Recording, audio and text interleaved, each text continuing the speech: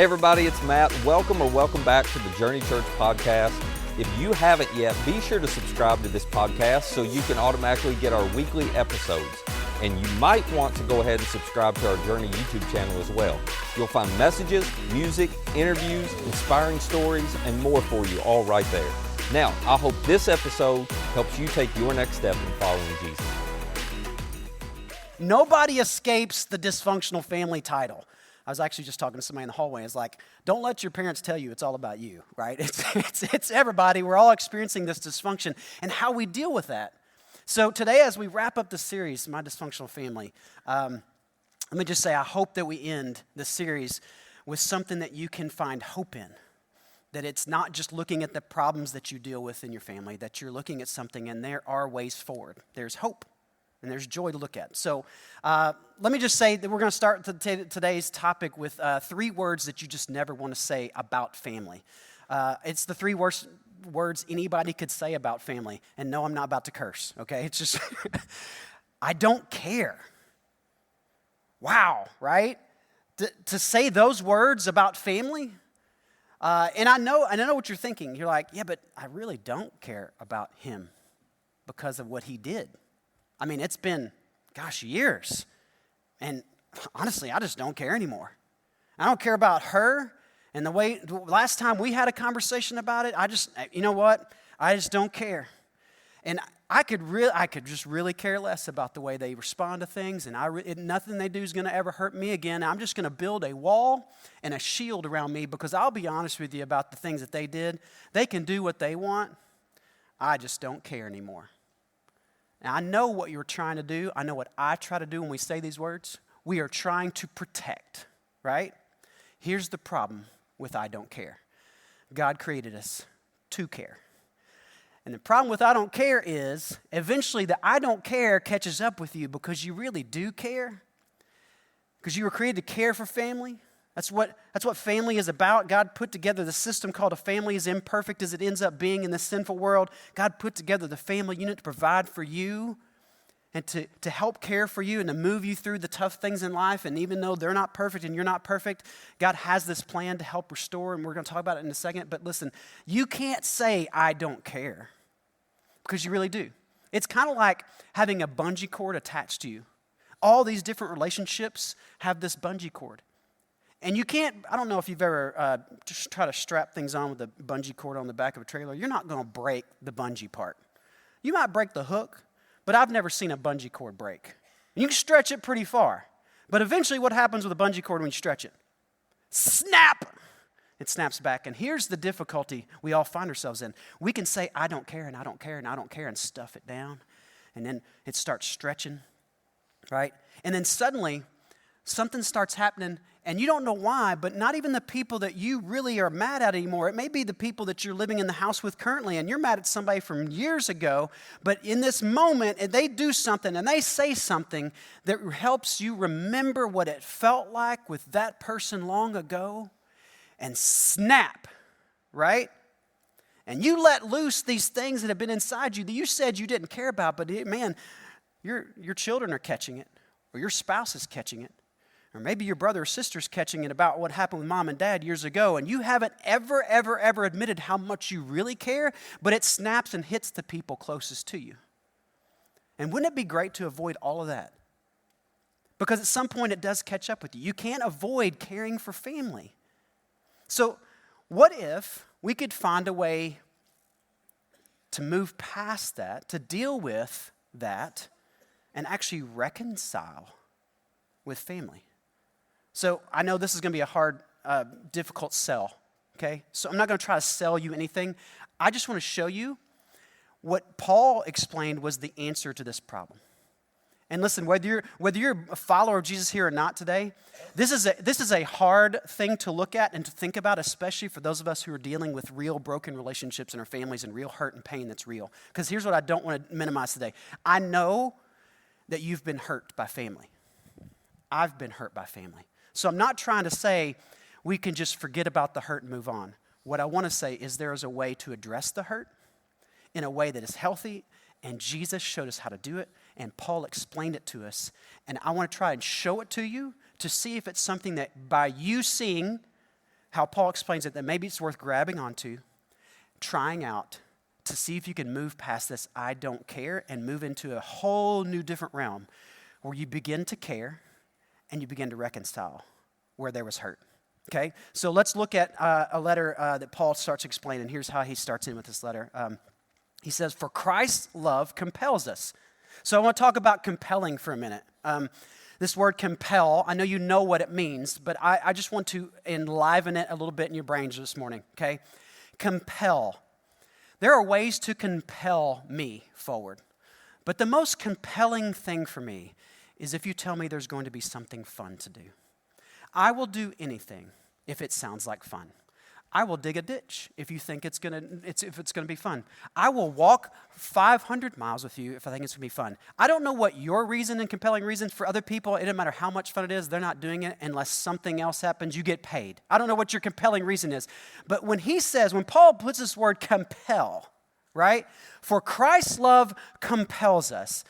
This is the thing that is a driving force behind what he's about to explain. Do you understand? Christ's love compels us forward. For those of us who are followers of Jesus, Christ's love gives us the drive forward. Now, this is going to be very important as we look at this, because remember, we're talking about trying to reconcile with family, trying to get past the I don't care attitude with somebody who's hurt us about what she said long ago, about what he did. Jarrod, I promise you there'd be no way you'd be telling me this if you knew what he did and what she said and what happened. I don't know the details of what you're carrying. Here's what I know. Paul says, for Christ's love drives us forward on this. Okay? That's where we need to start. You got to understand that's the starting point for what Paul is trying to explain. And then he goes on to say, for Christ's love compels us because we are convinced that one died for all, and therefore all died. Now that can be confusing. How can one die and then all die, right? Paul knew that was confusing, so he tries to explain it in the next verse. He goes on to say, and he died for all, meaning Jesus died for all, that those who live should no longer live, right? If you're no longer living, then you're dead, right? That's the all died. So if Christ died for all, then we should no longer live. How should we no longer live? Oh, we should no longer live for themselves, but for him who died for them and was raised again. You guys see the exchange here, right? Jesus died once for all, so all died. And if you want to live, you'll stop living for you and you'll start living for him, the one who took your death and died for you, right? It's this exchange category, right? This is how it works. You guys do this all the time. This makes total sense for you. It's like subs in basketball. We just finished the NBA season. Thankfully, it's over, right? Nobody NBA fans? Okay, great. Reagan, you're an NBA fan, right? Is Reagan back there? That was a hat. I thought you were Reagan. You're not hat. You're not Reagan. Anyway, This whole idea of taking a sub, right? You know what a sub does? A sub comes in and takes your spot. That's what a sub. Jesus subbed in for you. And here's what he's saying. So while you're on the bench and Jesus subbed in for you, when you get the chance to play again, you'll go out there and play refreshed and ready because he gave you the chance to play again. That's what this is about, right? So everybody got the sports metaphor. You ready to run now? See, Christ's love compels us. It's because he loved us that we move forward. He died for you. He was your sub. You didn't have to die, but now you can die to yourself. This whole die to yourself thing, listen, we talk about this in church all the time. Let me just make this super, super simple for you. To live for Jesus just means that you stop chasing your own desires and you start trusting what he says about your life more than you trust what you want in life because he did something you couldn't do, right? This is when I explain it to students, high school students, middle school students. You ready? This is so simple. The reason I follow Jesus is because I figure the guy who died for me and then came back to life knows more about me than I know about myself. That's how I explain it to middle school and high school students. That's why I choose to trust and follow Jesus, and I try to keep laying aside my desires, right? Because he subbed in for me. I'm going to come back in and play the game the way he played it because I want to play better than I played before. So now I'm trusting what he says. That's what this switch is about. And you're like, what does this have to do with family? Calm down. Calm down. We're going to solve your problems today. Trust me. Okay, just here's where we're going. Paul's got to explain all this. The reason he's got to explain this all is because this is the basis by which you pursue the other relationships in your life. So he's setting this foundation for you so you don't go off and try to do it your way. You know what doing it your way has done? Yeah, You know what doing your way has done. It's nearly ripped your heart out in some cases. And the anger and the hurt you feel is real. I'm not saying it's not. Paul just says, hold on. There's another way to pursue this. And there's another way to do this. Why don't you trust what Jesus did for us? So he's laid that foundation. And here's what he says in this next verse. All this is from God, who reconciled us to himself through Christ. So Paul lays this foundation. Listen, those of you who are followers of Jesus, get this. If you're not a follower of Jesus, just hang on and listen to why we think this is such an important point. Paul is trying to tell us, look, God reconciled us to himself. He did that. God was the innocent party, and we sinned against God. But he didn't wait for us to solve the problem.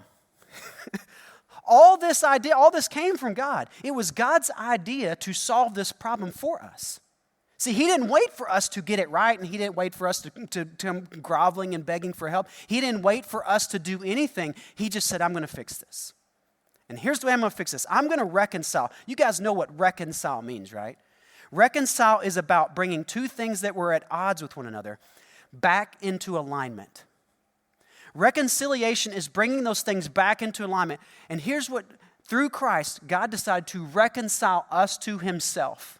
He did it. So let me just put this in really straightforward terms. Here's the kind of like bottom line you can look at. Through Jesus, God removed every obstacle to reconciling with us except us. See, Jesus' death, he took care of the things that we weren't doing right. We call that sin in the church.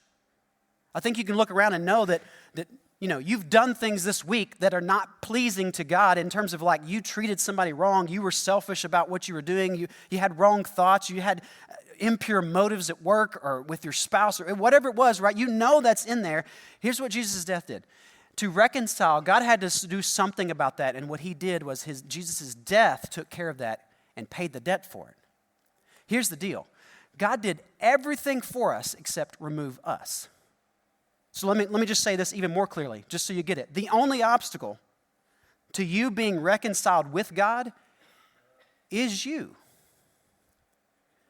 Here's what people worry about with Christianity. Like, it can't be that simple. Here's what Paul's trying to say. Guys, the work that God did was something you couldn't do on your own. He did it for you to reconcile you to you, but you have to come on and accept it. I always think about it as a nice dinner. I just got off vacation, guys. Let me tell you. I went to a restaurant.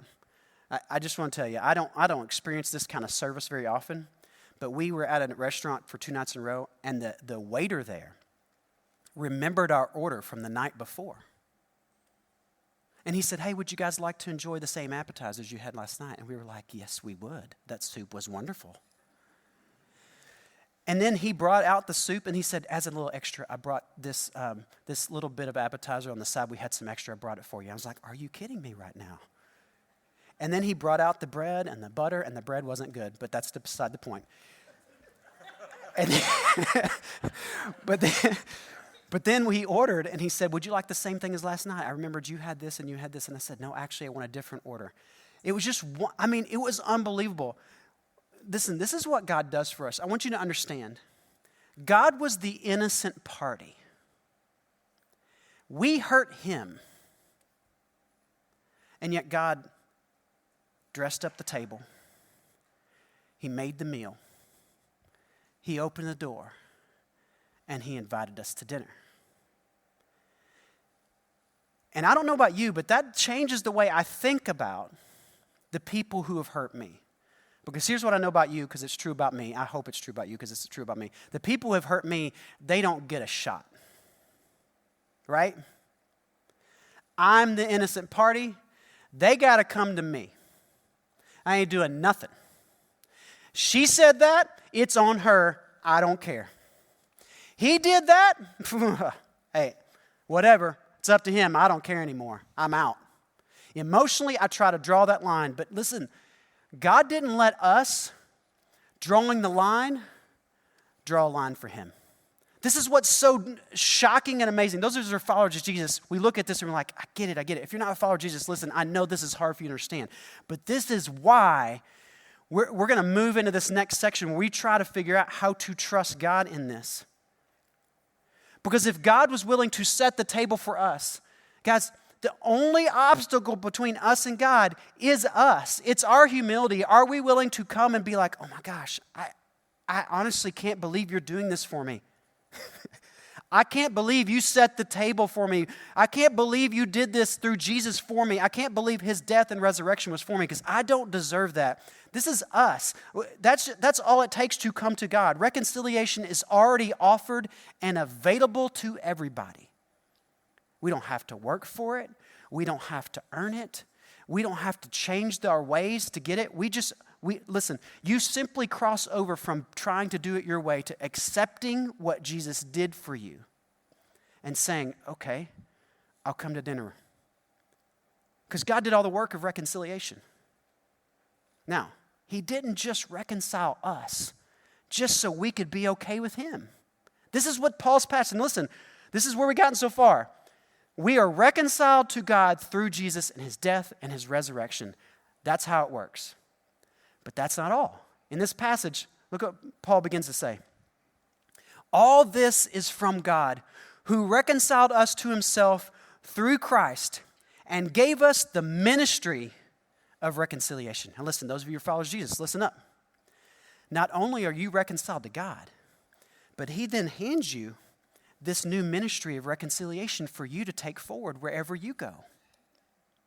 Not smart, right? Whoa. I don't need to be carrying that burden around. No. Why is it a burden? Why is it a burden to carry this ministry of reconciliation with the people who have hurt you when you hurt God and he was willing to take the first step forward? It's not a burden. Now, it may be hurtful to think about right now. And listen, we're going to talk about it in a second. I'm not trying to downplay your hurt. Here's what I'm trying to help you understand. That in the face of this ministry of reconciliation that we have, God is handing us something that's super, super important. This is not something small. This is big. And I want you to understand as a follower of Jesus how big a moment this is for God to hand us this ministry and what we get to do in this world. Because here's what I know is true of all of us in the room. We would appreciate it if the world was more at peace, especially in our families. There was more hope and more joy, and that there wasn't the pain and the backbiting and the gossip and the hurt and the jealousy and the anger and the abuse. We all want that to go away and for us to experience the best of. And here's what God is saying. Listen, here's what God is telling you. I've reconciled you. You're good with me now. Make sure everybody in your life, including your family that's hurt you, knows this is true. Right? The ministry of reconciliation is not a burden to carry. It is a wonderful responsibility because we live within the peace and the hope and the goodness of a God we just sang about. We get to live in that. And I'm not trying to put rose-colored glasses on you to be like, oh, just life is hunky-dory. We'll just forget about all the pain from the past. No, that's not what I'm saying. That's not what Paul is saying. Paul is saying there's real pain. But Jesus took care of the sin. He's offering it to everybody. And if you've taken advantage of that offer and you're reconciled to God, guess what you get to do next? You get to do this. The ministry of reconciliation is this. Go to that next verse. God was reconciling the world to himself in Christ, not counting people's sins against them. Right? And you all look at that and you go, He wasn't counting my sins against him when he came to die. Right? Not counting their sins against them. How many times with family do you find yourself counting up the number of times they've done this and this and this? Gosh, I'm just thinking about me. Gosh, that just goes through my brain. That's how I relate to those people who've hurt me. All I can think about is all the things they've done wrong, and they've done wrong, and they've done wrong, and they've done wrong. And it's, look, the flip is obvious here, isn't it? What Paul said God is handing us is like, hey, God didn't think about all your sin. He wasn't counting your sins against you when he did this. Like he knew he was going to pay for them with Jesus' death. So listen, as you approach these relationships with your family, as dysfunctional as it is, you've got to figure out a way to bring this ministry of reconciliation forward. Well, Paul, how do we do that? Look at this next part. And he has committed to us the message of reconciliation. Wait, a message. Okay, so I have this ministry of reconciliation. I go forward with a different attitude about my family and how they treated me. And what's my message, Paul? What is it that I'm bringing forward to this? Well, here's what he says in this next part. We are therefore Christ's ambassadors. This is one of the most powerful metaphors to me in all of Paul's letters. This one gets me every time when I think about this. We are therefore Christ's ambassadors, as though God were making his appeal through us. Here's what I find. Let me help you laugh for just a second about this. Middle school, high school students in the room, older people, you'll remember this. You guys know when, a couple, like maybe somebody breaks up, they were dating, sorry, I don't even know what y'all say anymore. Y'all were talking, and then they stopped talking. They were in that talking mode, but then they suddenly stopped talking, and your friend comes to you and says, hey, I've got a note, but I don't want to take it to her. Could you take it to her and tell her how much I really would like to talk again and a date or whatever it is? And you make this person you guys remember this? Anybody remember the intermediary, this person who is your ambassador for re-establishing this dating relationship because you are too afraid to go say it and you can't think of the words, but you're just, guys, just imagine for a second. God wants everybody in the world to know that Jesus' death was for them and it's free to them. And he's already sent his representative, his son, and on his behalf, he sends us as his ambassadors with this message that there is forgiveness. The hurt is real, but there is forgiveness. The pain is real, but there is forgiveness. You really did something to hurt me, but I've accepted forgiveness for the things I've done wrong, so I want to offer reconciliation to you in return. Here's what I think we're all good with this morning. You ready? I think even those of you who aren't a follower of Jesus, you can get behind the fact that you can kind of get the logic of, well, if we're forgiven by God, then we can say green check mark, right? You can be reconciled with God in spite of your sin. God will accept you just the way you are. And you guys, listen, everybody in the room's like, man, I just wish I could go tell my family member they could be reconciled to God, and then they would know how bad they hurt me, and they would come apologize. Right? Like we're all okay with God forgiving them for their sin. Let God forgive their sin all day long as they pay back to me what they owe me, right? And here's what I want to point out. Listen, if you're a follower of Jesus, you can't do that. Go to that next slide. You can't do this.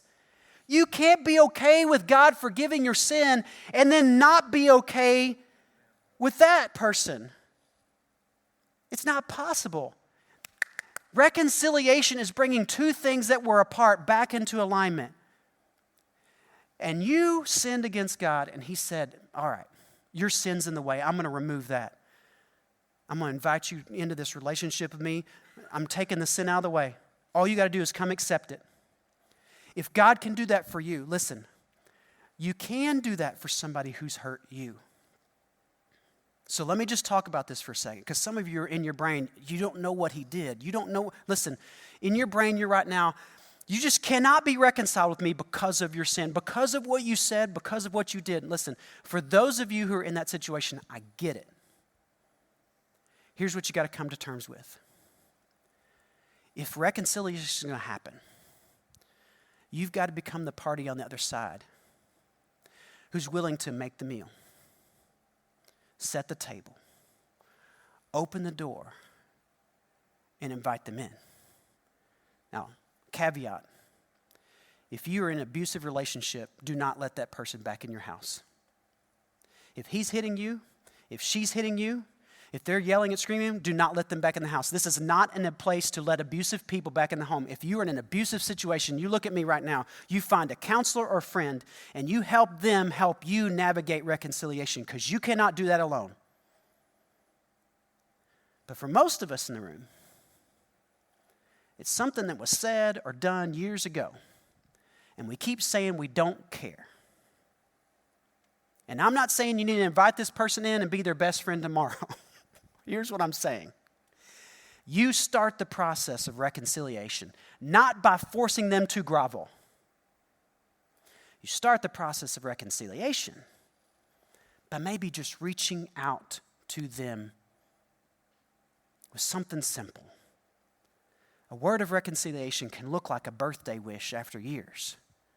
Simply sending a card in the mail and saying, hey, I thought about you. I wanted to celebrate your birthday this year with this card. And knowing that you probably won't get a response. It may be sending a text message because you caught up with some old friends, and the old friend said, hey, tell your mom I said hey. And they don't know what happened between you and your mom. But it may look like, you know what? I'll send a text to mom. Hey, so-and-so said to say hi. Just thought I'd pass along the message. Hope you're doing well. It could look like inviting them and making sure they know they're invited, because the last you left it, they knew they weren't invited. But maybe it's just saying the words, hey, I just want you to know, you're invited to Thanksgiving. You're always invited. Never think you're not welcome here. Listen, I don't know about you. It may be messy on the other side of that. But I'd rather know that I'm on the way to reconciliation by offering the peace. And I'm not saying that one thing's going to change the world. I'm not saying this is going to suddenly make everything, man, all the loose ends are going to get tied up. Man, we're just going to go right back to being great again. No, and that's not what I'm saying. Here's what I'm saying. To pursue reconciliation is our ministry, and it's our message as followers of Jesus. And we can't ignore it. We can't say we don't care anymore. That's not an option, because if that had been the option for God, listen, God would have walked away from me a long time ago. He would have. I don't deserve anything he's given me, offered me. He's a good God. How good, Sorry, I just had to do that. That's a great song, because it reminds me that what I have is from God. And here's what I want you to know. If you pursue reconciliation, there's no promise they'll take the offer. But that's not on you. It's not on you. You didn't get to control the way they responded in the first place, and you don't get to control their response to your reconciliation offer. But if you're truly, humbly going forward and trying to say, I want to try to make this right again, and you're making the offer, they get to decide. And if they come to you in humility, and both people on both sides of this hurt are coming to each other in humility, then you know what happens? The process and the mess is something you can navigate. But we have to first lay down our pride of thinking that we can make them understand what they did to us. You may not be able to. What you can do is offer reconciliation. Now, I want to go back and just hit real quickly. Guys, if you're not sure how to do this, because it is really messy and it's really complicated and complex, I do highly recommend some sort of counseling to help you navigate how to do this with the careful boundaries, so you don't go back into the same sort of relationship patterns. Here's what I know about relationships. Yep. My mom is still my mom, right? When I go home to my mother's on a Saturday morning, I begin acting like a child again. I'm a full-grown man. But if she says, I'm going to make you pancakes and waffles, and they'll be ready at 8:30 a.m., regardless of whether or not I'm going to run 5 miles later that afternoon, I'm eating as many waffles as I can. You know why? Because that is a pattern I learned growing up from my mother. When she cooks, you eat, right? And here's what I know about the pain in your family. You have some painful patterns. Reconciliation, starting that process, may need to change some of the patterns of your family so you don't go back to old ways of arguing and old ways of talking and old ways of treating one another, because that's ingrained in you over time. And guess what you'll have to do? You'll have to learn new patterns. If I want to be healthy going forward, now that I'm almost 50, I'll have to tell my mom, stop making waffles. It is a pattern, and she has to stop. You get me? So listen, don't let waffles ruin your family. That's what I'm saying. Don't let the unhealthy patterns that your family's picked up ruin your way forward. Reconciliation will be hard. It will be hard work to reconcile with somebody, but somebody has to start the process. And I believe that person can be you this week. So listen, who comes to mind as I've been talking this morning? Who is it that you need to pursue reconciliation with? Not because they deserve it, but because Christ's love compels you forward. His love for you moves you into this uncertain place of like, I don't know what's going to happen if I try to offer this, but I would like to see our family healthier, and it's going to be a hard road, but I'm going to get it started, and I'm going to take a step this week. Who comes to your mind? I don't know what it is that you need to do, but maybe, just maybe, as you carry this message and this ministry of reconciliation forward, your family doesn't become perfect, but your family becomes reconciled. That there can be hope and joy and a way forward where it felt like there was no way. And here's what I also know. God can do things you can't do in somebody else's heart. So you stop trying to control the situation. And you start moving to the place where you're willing to offer an open invitation to this person, these people who have hurt you, in a safe, with good boundaries, and you see what God does in their heart to change them. That will be an amazing piece forward. Now, the last thing I want to say is this. Some of you in this room didn't realize that Jesus' offer of reconciliation was so easy to accept. And I just want to say this. Listen, if that's at all interesting to you to talk about, I would like nothing more than to talk to you about that. The people in the suite would like nothing more than to talk to you about that today. It is as simple as you humbly coming and say, God, I just want to figure out how to take this reconciliation because it's free. It's here. He offered it. He made the way. He did that for all of us in the room. And I would love for us to all be enjoying that reconciliation together. So let me pray for us. Let me pray for us as we go into this. And you guys, thank you so much for going through this really difficult topic with me. God, thank you this morning for Jesus, his reconciliation, his death, his resurrection. God, it is more than I deserve. God, I'm so grateful that you've pulled me in, invited me into this dinner that you're offering for us to be a part of, this family of God that offers peace in the midst of my own mess. So God, thank you for that. And God, as we all learn to walk in this way of following Jesus in reconciliation, as we try to have this message ready for the people who have hurt us and to offer this ministry of reconciliation to other people in our lives, God, help us to navigate this safely. Help us to navigate it with health. Help us to navigate it with other people around us, encouraging us through us, because this is difficult stuff for us, God. We're not sure how to forgive like you forgive, and we're not sure how to pursue great relationships sometimes because, God, we've just messed up so many times it's become a pattern. So help us to break the pattern. Help us to be the kind of people who produce a family, God, that isn't working perfectly, but man, we're working together forward together. And that's what I pray for every family in the room today. While we're not perfect, that we keep pursuing what's good and what's true and what's perfect. In your son's name I pray. Amen. Hey, if you'd like more content like this, subscribe to our YouTube channel and download our Journey app to access all of our recent message content. And our app is the easiest way to share this content with a friend. For more information on our church or to find our app or our YouTube channel, just visit journeycalway.com. That's journeycalway.com. Thanks for listening.